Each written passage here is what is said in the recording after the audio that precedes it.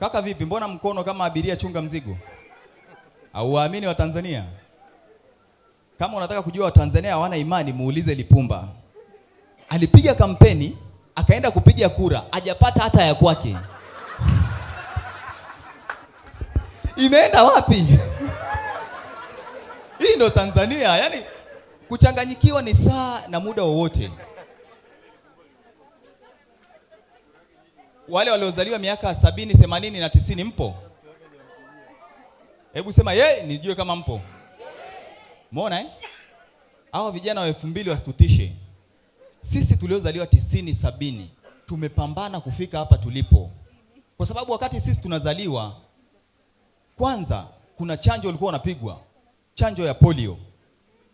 Unaijua hiyo? Hiyo ni chanjo. Kuna chanjo ya tetekuwanga. Sijui unaelewa? Alafu sasa tunakuja kukazia na dawa za malaria. Sisi tumedili na malaria grade 1.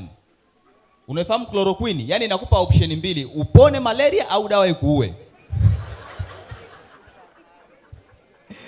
Sisi tumekunywa dawa mpaka tukajua ni mkojo wa punda. Unaijua hiyo? Shida ni nani alionja mkojo wa punda kaja kutuambia ni mkojo wa punda? Vijana wa 2000 wanataka kushindana na sisi. Wataezea wapi? Hawawezi. Sisi tumedili na El Nino. Mvua inapiga vibaya mno, unasubiria radi ipige papa ndio unasoma. Yaani ule mwanga wa radi. Watoto wa sasa hivi wanadekezwa. Naona kuna kitu fulani wana miss, kuna testi fulani. Sijui unanielewa? Watoto wa sasa hivi wanapewa option. Kwanza wanazaliwa wanafungwa pampers.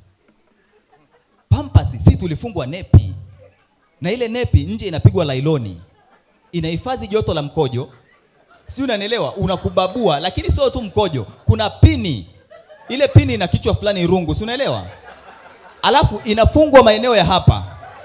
Ukitingishika inafiatuka. Mtoto analia amenata. Kamwangalie mdogo wako, analia, amekaaje? Amenata. Mtoe pini hiyo.